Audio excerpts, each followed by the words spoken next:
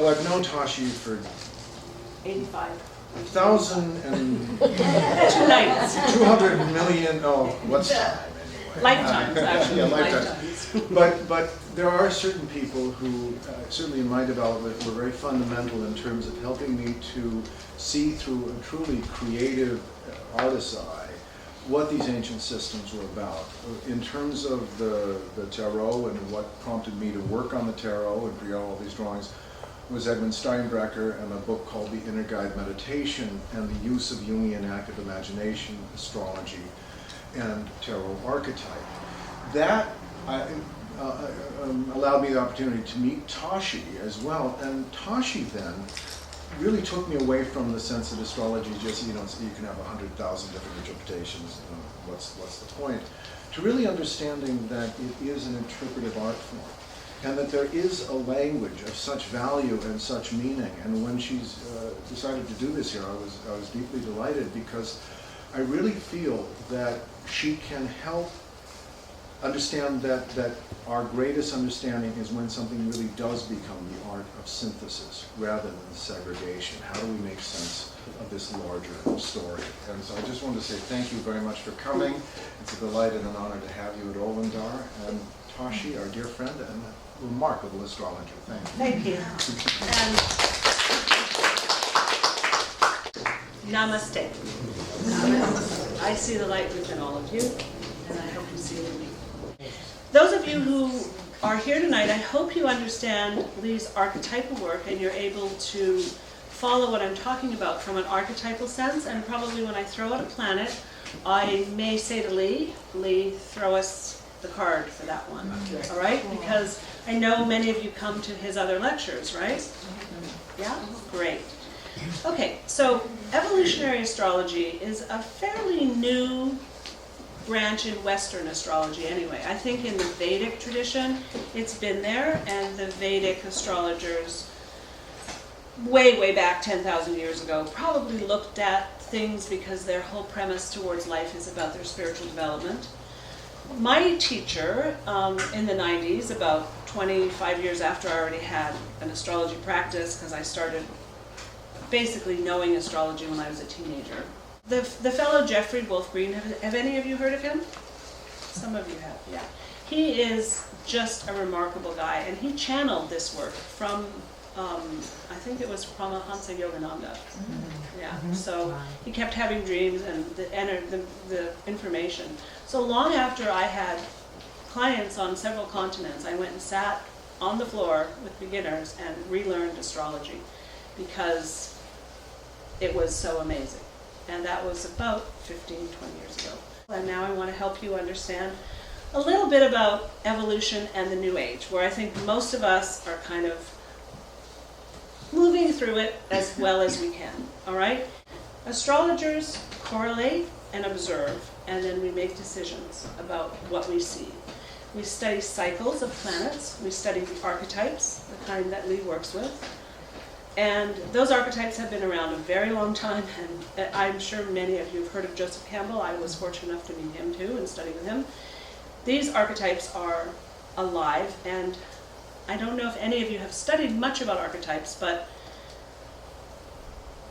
the Christians, who are not known for deep mysticism really, the Rosicrucian sect of Christianity believes, through Rudolf Steiner, have you heard of him?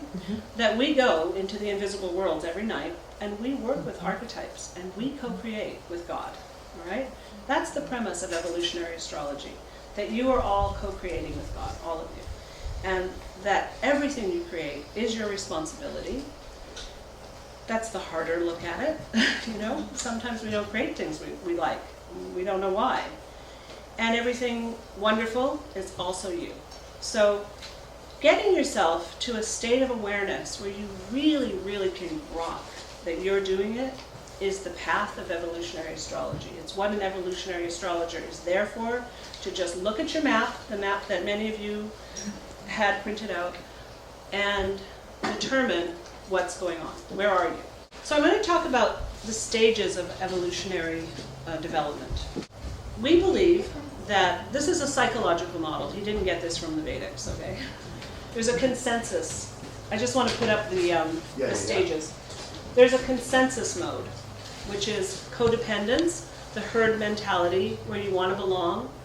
And there's a healthy part of that in all of us. Our family, we're usually quite codependent with our family. Some of our very close friends, our lovers, our mates. We want codependence. We're like, no, I need to count on you. You better be there. You said you'd be there. Keep your word. So that's the first stage, codependence or consensus or the herd mentality. The next stage after that is individuation, independence. Many of you want to do your own thing, right? And the person who said, I don't know about evolution, he's definitely in the individuating stage. Anybody who would join a group that would have them, you know that whole Groucho Marx, I'd never join a group that would have me? Those are the individuators. I'm one of those. Okay? I'm like, they want me to come? Oh, no. Something's wrong. And usually it's because I suspect the group mind. I'm very suspicious of the group mind. Okay, so that's what we'll see as we go along. Individuation is not interested in the group mind. The herd, very interested in the group mind. Individuation, no. My mind, my beliefs, my attitude, my thing. What can I get out of it? All healthy. Both of these are very healthy things. The third stage is the spiritual stage, or what the psychological model calls interdependence. In this first, we start here in the responsibility one, where we're codependent, and we go to independence and interdependence. And this is the whole consensus column, all right? The second one is the individuation column. And I call that practicing authenticity. And codependent individuation. So I'll give you an example of what this looks like.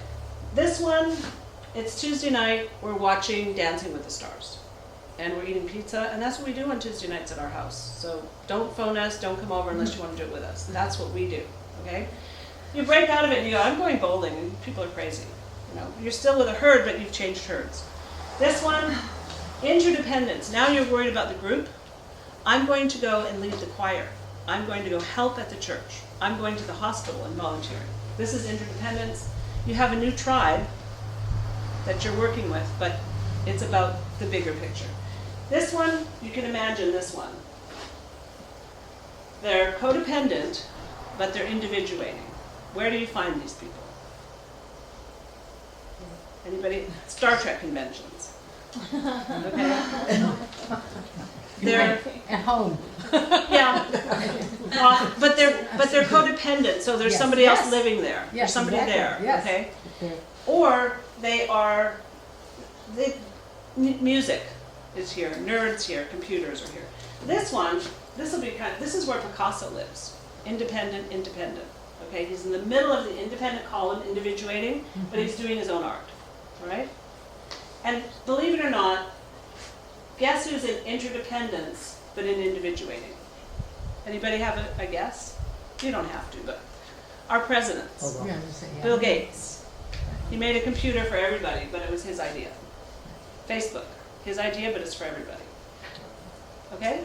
So a lot of people are here in our society. The people that we look up to are musicians, the painters, the people who are making the movies for us, making the rules that we all live by, running the businesses, making the internet, all that stuff.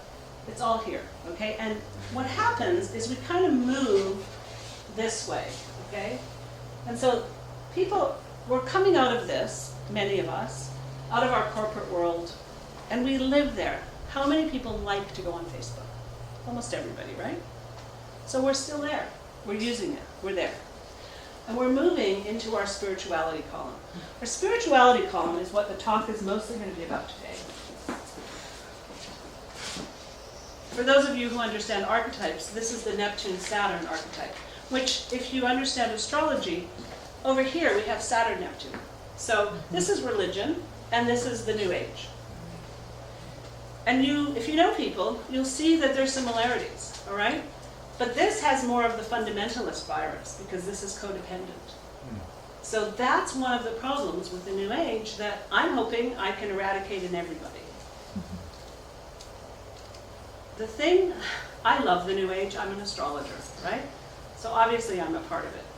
But we need to be much, much smarter about it. We need to have cures for where we're stuck. So we're basically stuck in this Neptune-Saturn archetype. Neptune lead, what's the card for you? Hanged Man. The Hanged Man. Say 2 or 3 words.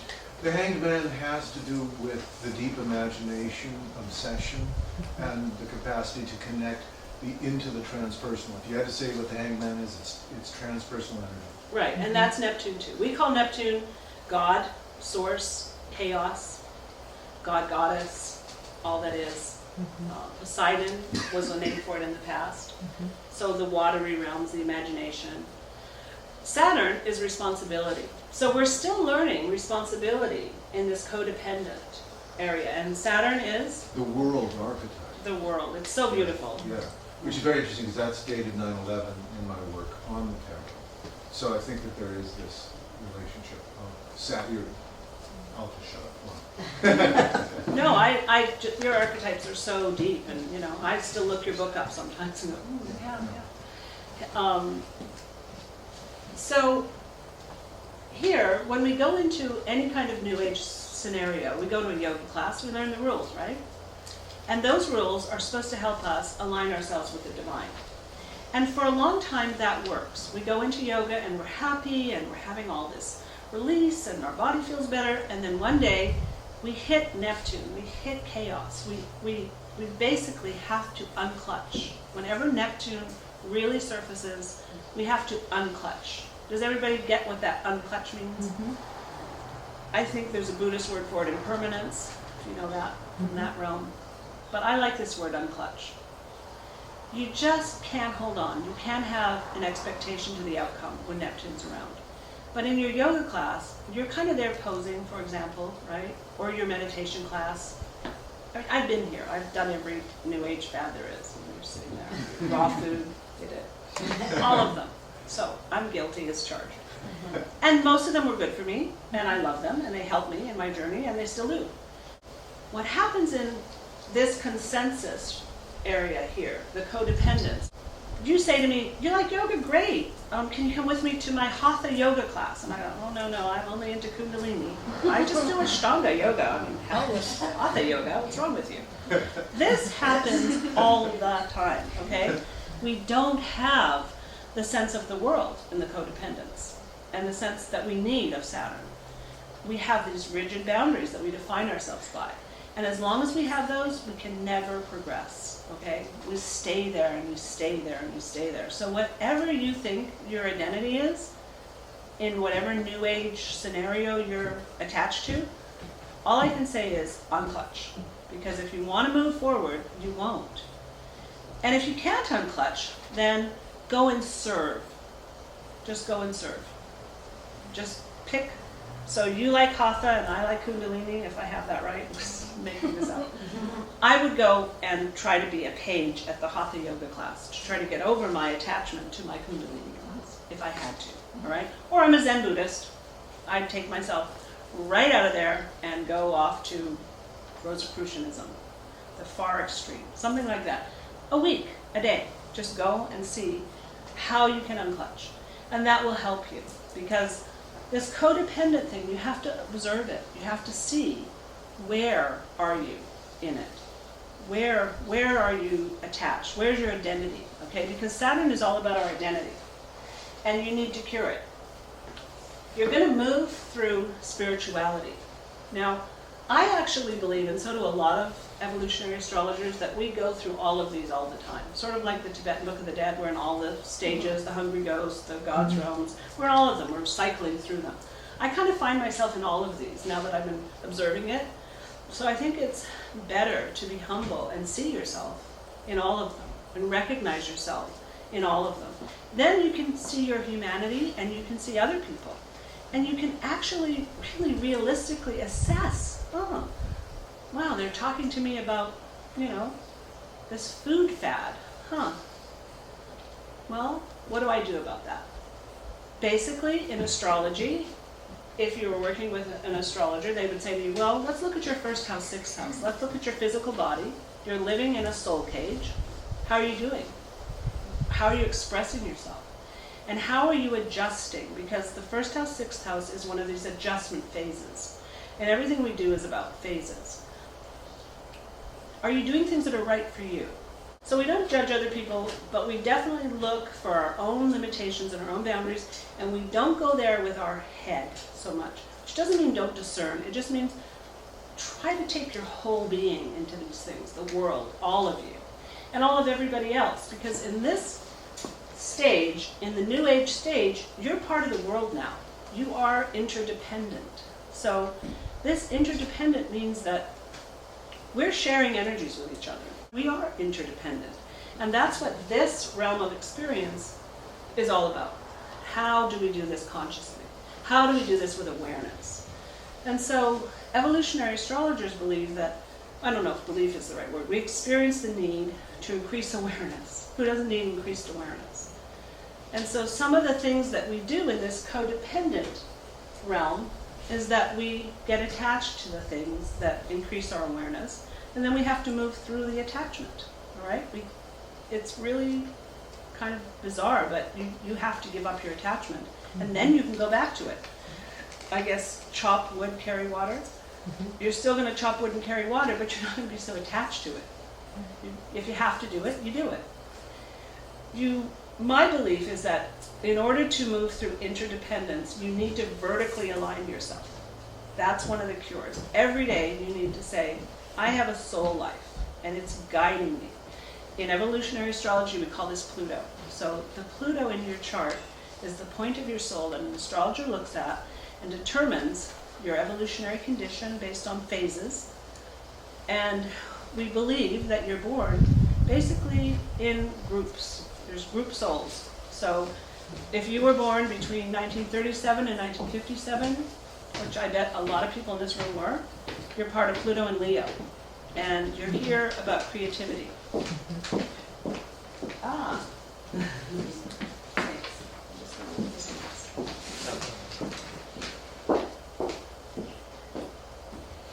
Right after that was Pluto and Virgo, and that's the souls who are here to caretake the planet and clean it up. And after that, in the 70s, was Pluto and Libra, and that began the breakdown of the family structure, and we had all these crazy relationships in the 70s. It was even on our television, Eight's Enough, crazy stuff. And then Pluto went into Scorpio, and a lot of transformation and sexuality got really looked at, and we had AIDS. Pluto went into Sagittarius, and our money and our banking and our media got bought out. And now it's in Capricorn, and a phase that began in the 60s, in 65, the Pluto-Uranus conjunction, is now having 5 opening squares. So we are about to go through our first crisis in action. What are the opening squares, Tashi? Pluto-Uranus. Oh, wow. Yeah, big. Pluto's in Capricorn, Big. Uranus is in Aries. It's a big deal. Big. We've already had one. And that's why, does everybody feel the uncertainty in the world? Yeah. Well, the good news is that your inner space is unclutched. That's your natural inner space. You will go through this with less cataclysmic change if you unclutch inside. Your natural space inside is to be unclutched, okay? It is what you revert to. When you wake up in the morning, if you think about it, you're kind of unclutched, you're kind of clear. If you're a meditator, you do yoga, you go there to unclutch, to be clear. If you paint, you're very clear when you're painting, right? When you're working towards goals, if you really are creative, you get there best when you're in the moment. That be here now comment, that was a good one. And any kind of spiritual work you can do. I call it spiritual activism. That's my new word for it. Any kind of spiritual activism that you can do will help you. One of the problems in the New Age is spiritual materialism. And I don't know if any of you read that book, but it's well worth reading, by Chogyam Trungpa. It's written in the 70s. And so it's ironic that you wear a scarf, you might think. But no, because spiritual materialism is, I am the scarf. Well, no, I'm not the scarf. It's like if you're pointing to the moon, you're pointing to the moon. You're pointing to something. You're reminding yourself that you are co-creating with God. And in order to evolve in this third stage of spirituality, to understand your interdependence, you have to remind yourself that you are interdependent all the time. When you talk to somebody, my way of doing it is to go, what aspect of God is talking to me? What aspect of the divine is mirrored in this person? What are they saying to me? What's the message? And Lee lives that way. I know he does. Carla and I are not always there. Honestly. Good. Lee is in the second stage, okay? He is independent, and I've never heard him say an unkind thing. And I've watched that from a young part of my life to this part of my life going, there's wisdom in that, you know? Whereas I can be more critical. But I'm much less critical now because of practice. Judging less, practicing love, practicing pointing to the parts of the universe I want to engage. Being responsible, being authentic, and in this column, enriching ourselves. So we do need to eat well. We do need to do postures that open up our chakras. We do need to meditate. We do need to do these things in order to allow ourselves to have an experience of the divine. The divine is wild. It's wild. It's like his crazy painting that just moves and moves and moves and moves into more dimensions every time you look at it. I used to watch Jeffrey teach, and he would just sit there and spin through lifetime after lifetime. He would turn into a woman, he'd turn into a man, he'd turn into Paramahansa Yogananda, he'd turn back into himself, he'd turn into something else, and then he'd be himself for a while again. Because he was hovering between these two, I believe. Okay? So, but most of us are working through this one, our codependence in the New Age and how to get there. Going out of codependence, if we don't enrich ourselves properly and we don't enrich others, we can't really grow, okay? I think become a spiritual activist and you'll have a life that fits your soul life. So everybody understands what I mean by soul life, right? Mm-hmm. And do most people feel their soul life in this room? Mm-hmm. Yeah, good. It's always there, it's always talking to you, and you're always talking to it. So you have to give to others. I remember Alex, talking with Alex once, and she went out and started a charity. You were talking about your Saturn, and I said, Alex, start a charity, and she went and fed all these homeless women. We're still doing it, and now we're expanding to a large, to a 501c3 and assistance. How many years ago was that? Oh gosh, it had to be 10 at least, or 12. Yeah, isn't that great? Yeah.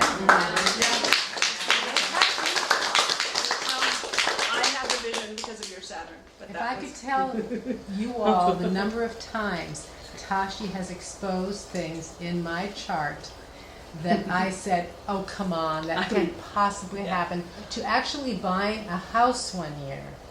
I said, I'll never buy a house this year, I've got a house. And do you know, November that year, we bought a house. And it was right there on the chart. You told me the January before on my birthday. And there's solar return. Solar return. Wow. And I said, oh, come on, impossible. I had no money to do this. And we bought this incredible And the house. funny thing is, I didn't remember. I'm like, are you sure? Yeah, I mean, it's extraordinary. Because I was unclutched. Yeah, that's right. I don't want my ego. Every day that I'm good at astrology, I thank the stars for talking to me. I really do. Well, maybe not every day, but almost every day. I really am grateful that they still talk to me and they share their secrets with me because they're alive to me. The independent stage is a difficult stage, okay? I'm sure Lee probably doesn't think it's a picnic if we really talk to him, to his inner space. Because he's that dimension of us that's there. He is a community leader, but he's doing his own thing. Wherever you're at in these independent things, Aquarians are there, Uranus is there, the 11th house is there. That's the symbol of it, and it's the tower.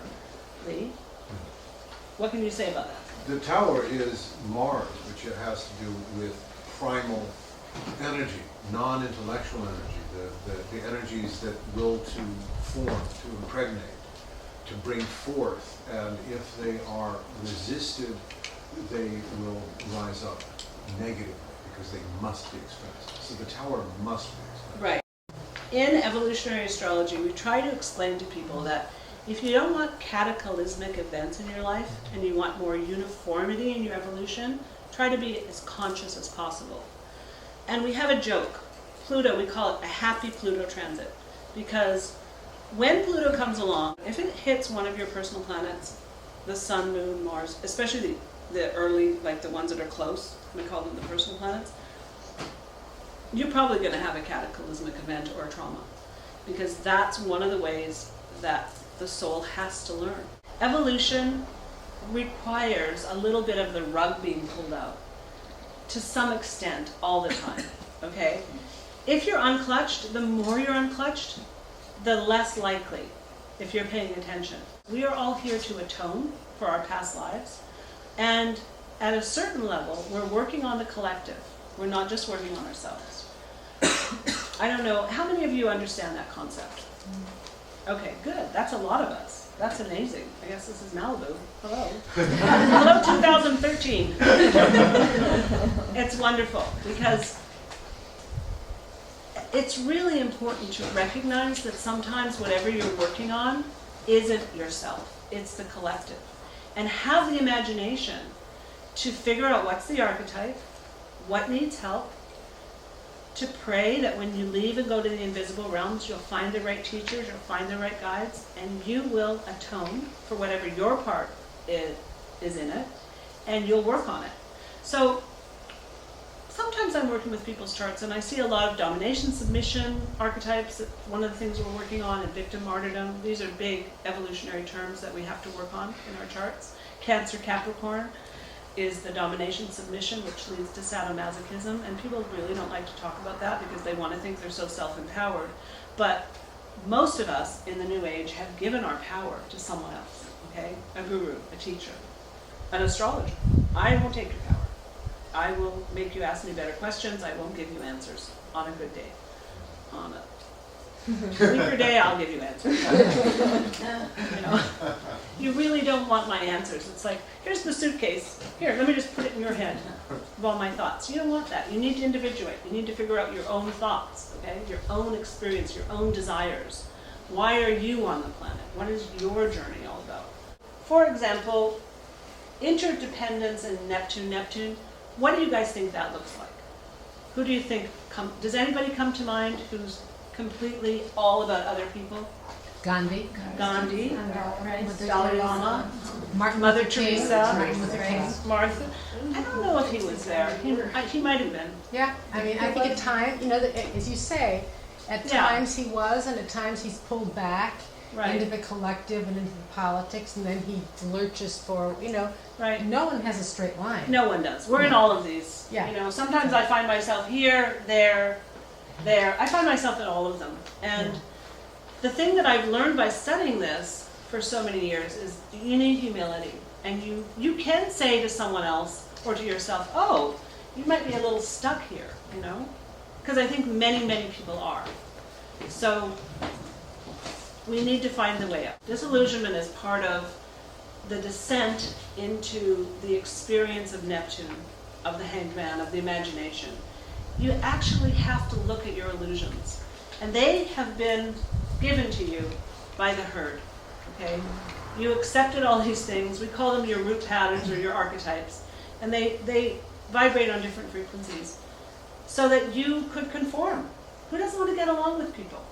I could just get up here and just be a nonconformist and you'd all leave. We have to find our interdependence to really help each other. But as we're moving through things, we have to get disillusioned with the things that were previously not strong enough cognitions for our development. And so part of moving through this is to say, I'm complete. That was an inadequate cognition. It was perfect at the time, but it's now inadequate. I no longer can look at Tibetan Buddhism, for example, which I studied for a very long time, and its premise is suffering. I now look at that and I go, no, I'm much more into joy, much more into the Vedic thing of celebration. I'm really not into suffering. I'm complete with suffering. And that's my way of leaving this codependent group mind idea behind and moving on. Just to go back over this, I love the New Age circus and I always show up for a good group mind experiment. That's the codependent of the first stage. The second stage, I am the main speaker. This is Lee's place. Right now I'm speaking. It's very interesting for the rest of you. Oh, it's very interesting. I'm showing up in the second stage as an individual because this is going to be good for me. And sometimes there's a lot of people when you come to these things, they only want to talk about their chart, all right? That's not so healthy in this because this is the spiritual interdependence. So I want all of you to realize that your questions really ideally should be about the group. But if you don't enrich yourself, you won't grow, okay? So you have to keep a balance, like everything in life, there's a balance. In astrology, we have 6 polarities: Aries, Libra, self-other, how do I work on myself, but keep the fair, responsible awareness that this other person also needs some of my time. If you've been married, you know that one. Do you have any others in your world? You know that. How do I get away with doing my own thing, but how do I balance making other people happy? Taurus, Scorpio. How do I use my own talents, but how do I get other people to support me? How do I sell that artwork? Taurus, Scorpio. Gemini, Sag. How do I get new ideas and how do I expand my beliefs? Cancer, Capricorn. How do I live in my authentic, emotional root of my being and work in society, help society, be a leader? But I need my privacy. But I have to help everybody. Leo, Aquarius. I want to be the diva. I want all the attention. I'm the most talented person in the room. But I need an audience. I need friends. I need to strategically align myself with other people. That's Aquarius. How do I align myself with other people, but using my talent? Okay? So, and then the last one is Pisces, Virgo. Pisces, Virgo is the spiritual one. It's this column. Oops. It's this column, interdependence. How do I support the work of all of us? How do I achieve sainthood? How do I achieve selflessness without being a victim or a martyr? Because if you know any Pisces, and I have a child, one, or you know any Virgos, martyrdom, victimhood, right? So you can just call them on it now. You go, that's your unconscious, selflessness, enriching the self and others, practicing spirituality. Virgo, learning how to live in the soul cage, fixing the planet, cleaning it up. Those are the conscious evolutionary paradigms for those planets. Okay, I found this. I thought this was fun. These are some of the things that somebody is complaining about what happens in the New Age. So I want to look at it, and I want to look at it from the complaint division and the positiveness of it all. Fast food spirituality. Can everybody read it? Mixed spirituality with a culture that celebrates speed, multitasking, instant gratification, and the result likely to be fast food spirituality. Spiritual transformation cannot be had in a quick fix. I talked a little bit about that. I call meditation meditation. If you meditate enough, you're going to get to meditation. Where you just, if you meditated, you know what I'm talking about. Everybody know what I'm talking about? Okay? It takes a while to transform yourself, to move through these evolutionary gates, and there's many gates and many tests. Takes time, and you are tested. And you have to learn to recognize the tests. One of the good things about being an astrologer and being a guide like Lee does, you sort of go, oh, that's one of those tests. I know, I can help you with that. So just like in school, people can help you with tests, evolutionary astrologers can help you with tests. Because they recognize them. They go, Mercury retrograde, oh, that's a really 3 times a year. That's such an easy test now. Because I go, oh, it's Mercury retrograde. It doesn't mean don't do anything. It means drive everything deeper into yourself and make sure that you're not going along the consensus mode. When planets go retrograde, they're unclutching you. That's all they're doing. And so if you're trying to stay in consensus mode and you're supposed to be unclutching, everything will go wrong until you learn to unclutch and figure out, so what would I do if I was the queen of my own world or the king of my own world? How would I do this? If I was individuating right now and not in consensus mode, or better still, if I was thinking about everybody and trying to help everybody, even I'm not there every day. I know intellectually to be there, but it's not easy. I don't remember that. But on the days you do, what would help everybody? Somebody wanted to put up a Yoga Mates website. And I was talking to Jeffrey then, and he said, oh yeah, do it with Venus retrograde. Because That's unclutched from the consensus, and yoga is not really the consensus, it's marginal. Right.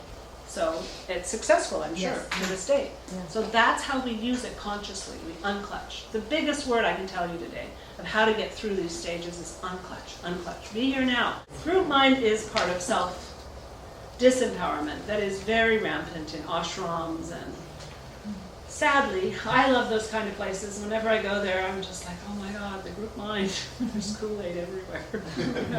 So this one, definitely, we all know that. I don't think that's going to happen to anybody in this room, but I would watch out for it, okay? And maybe we can come up with some positive ideas how to help people be more self-empowered. How do we do that? How do we find somebody who's got the group mind and they're lost in it, you know? And then we say, well, how can I empower you? How can I enrich you? That's your job as a spiritual activist. If you really want to grow, if you want to go up this column and get to interdependence, if you want to be the Dalai Lama in one of your lifetimes, you have to enrich other people. And you cannot judge them. And you have to help cure some of these spiritual diseases. Everything was breaking down, and that's Pluto-Uranus. Everything breaks down. So now we have Pluto-Uranus in an opening square. But we are highly imaginative people, and we have the internet. That was the Arab Spring. The first Uranus entry into Aries was the Arab Spring. All of this is a change of how we live as a global society. We need to make these things positive as we're moving through. We need to find our authenticity. This is Lee's chart. Here's his Pluto in the fourth house. Fourth house. The fourth house is the home. Where does everything happen in Lee's world? Yeah. Mostly here. We used to joke, you know. Want to see Lee? Go to his house. Yes, sir. I don't think he ever leaves. I get so much work done. Yeah. That's Pluto in the fourth. So if he wasn't doing all his creative, it's in Leo, as his long generation, 1937 to 57, he's that tribe. Your group soul is where your Pluto is. 37 to 57, 57 to 72, 72 to 84. These are your group souls, okay? You incarnate in groups. And then there's little groups within the groups. Finding your tribe is a really important thing. There's a lot of tribes that meet out here all the time, so this is a good place to come tribe looking. But you should look for yourself, for your individuating needs. Where's your tribe? He works here on his creativity at home. His Pluto is here. He has, let's see. Can you pass him? Thank you very much. Lee's Pluto is in the fourth, and his nodes are on the galactic center, which is 26 Sag and 26 Gemini, and his sun is conjunct his south node. So guess what? Lee was famous in a past life. South node conjunct the sun. The south node is where we came from in our past lives. All right. So wherever you have the south node, it looks like this. I should have brought something to write on. But look for the upside down horseshoe in your chart. That's your south node. Okay. If there's a planet next to it, he's got Mercury, south node, sun conjunct. He was a writer, a teacher. That's why he's very talkative, verbose, articulate, all those things, because he knows how to do it. He wakes up talking about it. But knowing a little bit about Lee, he went through his individuation period when he was young. He wouldn't join a group that would have him. He wore the hood, the dark, you know, skulking around Malibu, didn't want to be part of anything, until he found his life, his home, his family. His Pluto's in the fourth. Family is very important to Pluto in the fourth house, all right?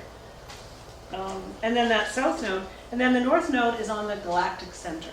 So that really, really helps in terms of your evolutionary journey, because where everybody's going, Lee's pointing. That's why he sees this momentum, all right? And yeah. So I have a question. Is that ultimately where we're, I guess, that kind of remembering who we are, does that kind of come back around to what you are in your past life is ultimately what you're striving to get back to, in a sense? No, let me try to explain it. In evolutionary astrology terms, what you bring in from your past life is your good and incomplete experiences. You bring in your strengths and you bring in your incompletions. So if you have a skip step because you just refuse to do something, you refuse to enrich anybody, you refuse to be responsible, you refuse to have integrity, you refuse to practice authenticity, then those things will be skip steps. And they will be areas in your life where you need completion, and you will have to work on those. And they will show in your chart. They'll be involved with your South Node, and will see your past life. And Jeffrey, for example, can just pinpoint and go, oh, France, oh, Tibet, oh, China. He's showed us, his students, how to see it. And then your North Node, Lee's North Node, everybody's North Node, is where we're heading.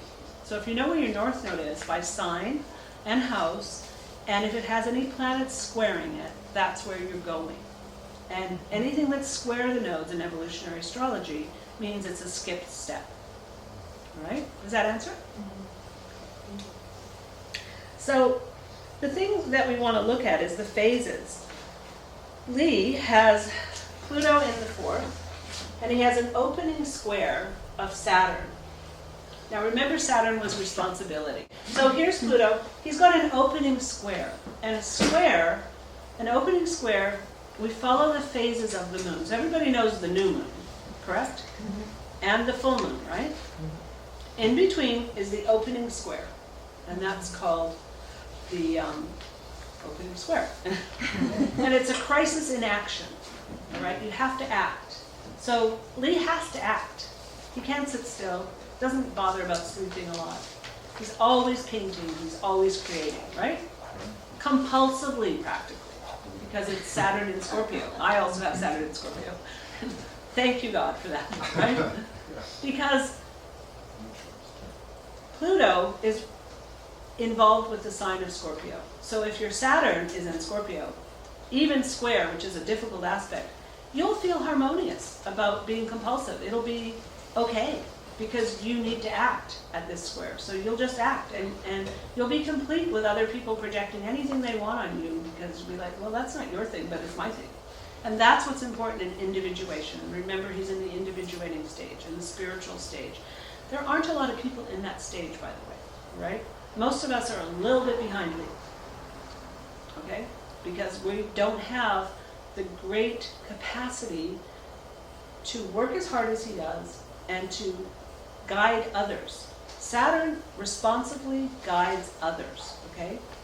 Its job is to get out of domination submission, see the equality of the Aquarius Leo, that's the next stage, and responsibly guide other people on their journey. And Lee does that very effectively. I mean, his archetypal work, his work with groups. How many years have you been working with groups? 33. Okay, so do you guys know who Malcolm Gladwell is? Yes. His book, Outliers, if you haven't read it, read it. Oh, yeah. It's so wonderful. In this book, he talks about the 10,000 hours. Lee has put in his 10,000 hours. Yeah. He is an expert. If you haven't read the book, he basically says it takes about 10,000 hours to become an expert at something. Mm-hmm. And once you've been that responsible and worked that hard, the universe is going to come along and the momentum is going to be there, and you're going to be able to build your vision. Okay? Many of the guys who were born in the mid-50s who built our internet, Bill Gates, all of them, Steve Jobs, I have the list of their names. It's in that guy's book, though, and I thought it was great because he did all this research for me as an astrologer. They're all in that individuating stage of interdependence. They put in their 10,000 hours. They were born right at the exact time that they could really take advantage of this new opening industry. And they had all this luck, but Bill Gates got up at 3 or 4 in the morning because the computer that was only at this university, which was nearby his house, was available for 2 hours. I probably wouldn't have gotten up before 6 a.m. and gone to use it. Lee would have. Lee got up to paint. He put in his 10,000 hours. He also, for 33 years, has been guiding other people, giving them a forum, giving them a salon, giving them a voice, helping them find people like me, other people, all kinds of people who can guide them responsibly, all right? So with integrity, with responsibility, enriching others, his own authentic way. That's how you grow, through these stages. And every New Age leader will tell you, serve others. I like the word enriching better, because I think service comes with that victim martyrdom. So enriching is the one I'm using. That phase that he's in, if he didn't do it, his Saturn's in the 6th house, he'd get sick. He's never sick. Are you ever sick? Rarely. Yeah. I don't remember ever, because he's using it consciously. He's working it, all right? So that's what you have to learn to do in your own chart. You have to learn these phases, and you just have to get them very, very conscious. Lee has Uranus, which is the individuating stage. Okay, remember it was in the middle column. Independence, individuation, conjunct his moon and his Mars. So the moon is in the cards. The moon is the high priestess. The high priestess. The moon in the tarot, the moon archetype is actually the moon in Pisces. Okay. But the moon is high priestess. High priestess. So his high priestess, his Mars, which is the tower, right? Mars is the tower. And his Uranus, which is also the tower, isn't it?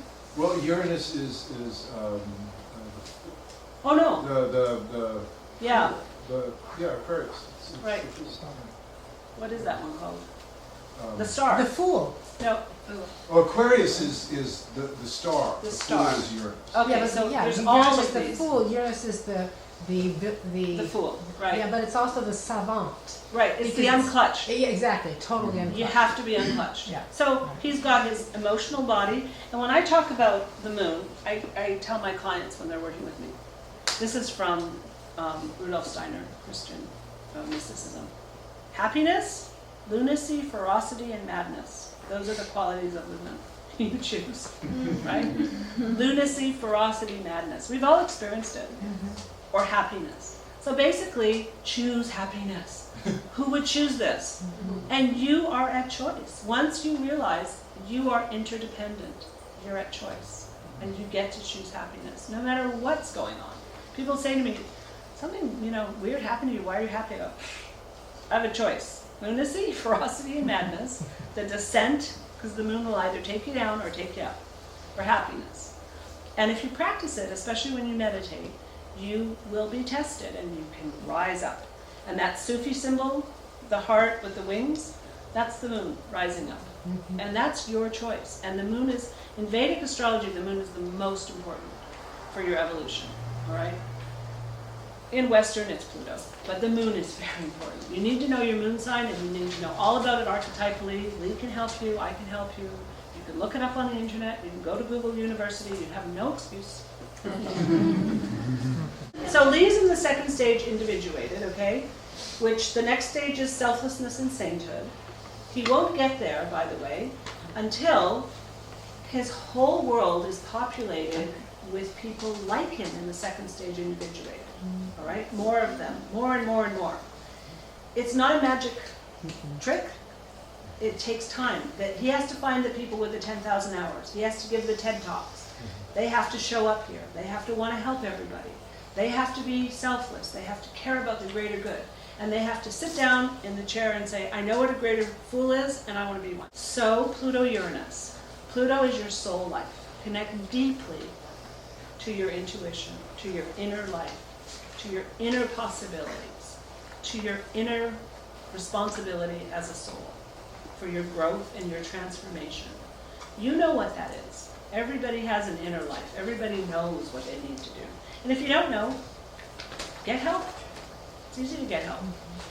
There's a stage in evolution where you have to compare yourself to other people, and you have to work with other people who have your same talents. It's in the Capricorn, Aquarius, Pisces arena of the phases, and you have to hold hands with them, and you have to give forums, and get 10 people up here, and we'll give a forum, and then that forum is the group mind positively helping infect good ideas, better questions. And the other cure is, before I go to sleep at night, I recommend you do this. Play the day backwards before you go to sleep at night.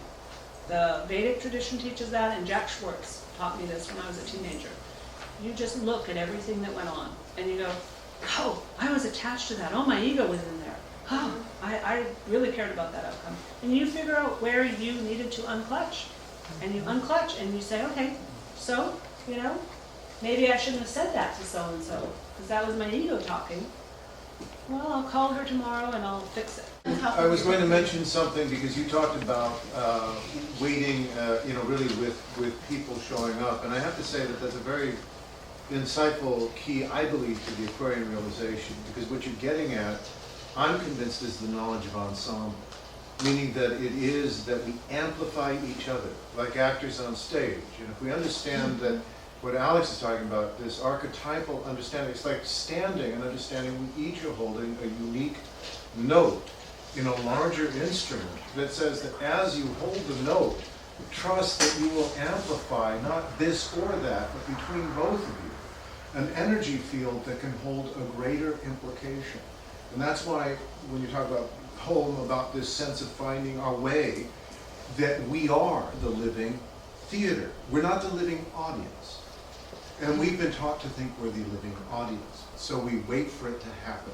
But the Aquarian realization, I'm convinced, is a type of autoimmune reaction going on now, which is we're the ones that will share our energy, amplify one another, and it won't be something we actually awaken, but it will be qualities of perception that oxygenate our sense of choice. Because what you're saying is we do always have to choose. And it's amazing when you are ashamed of yourself, how with the moon, you would choose punishment rather than liberation. And so just complete with that. Just say, you know what, I had an inadequate cognition, and I chose a lesser path. I chose a lesser thing for myself. Now I've smartened up. I've had some kind of awakening. I've had some kind of realization. Maybe somebody prayed for me. Maybe my angels got through to me. Something good happened finally. I have more adequate cognition. I'm complete with punishment, suffering. And now I can work on the interdependence. I can start to see it. I can start to enrich others all the time. I can be spiritually active. Uranus in Aries, Pluto is spirituality, Aries, Carla is Miss Crazy Aries, right? This is activism, spiritual activism. Spiritual I married activism. a Viking goddess. Yes. I am done. That's Evolutionary Astrology.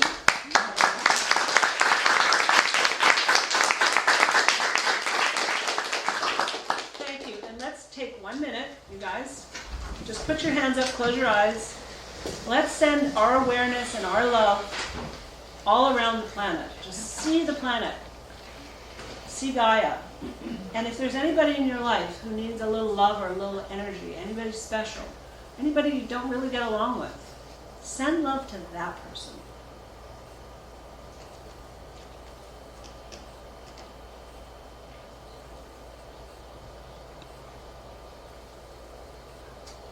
So the Vedics believe you should do this for 21 seconds, 21 minutes, 2.1 minutes. That's probably 2.1 minutes. I believe in those kind of things. Spiritual materialism is a good thing if you really use it to make a difference. Okay. Thank you.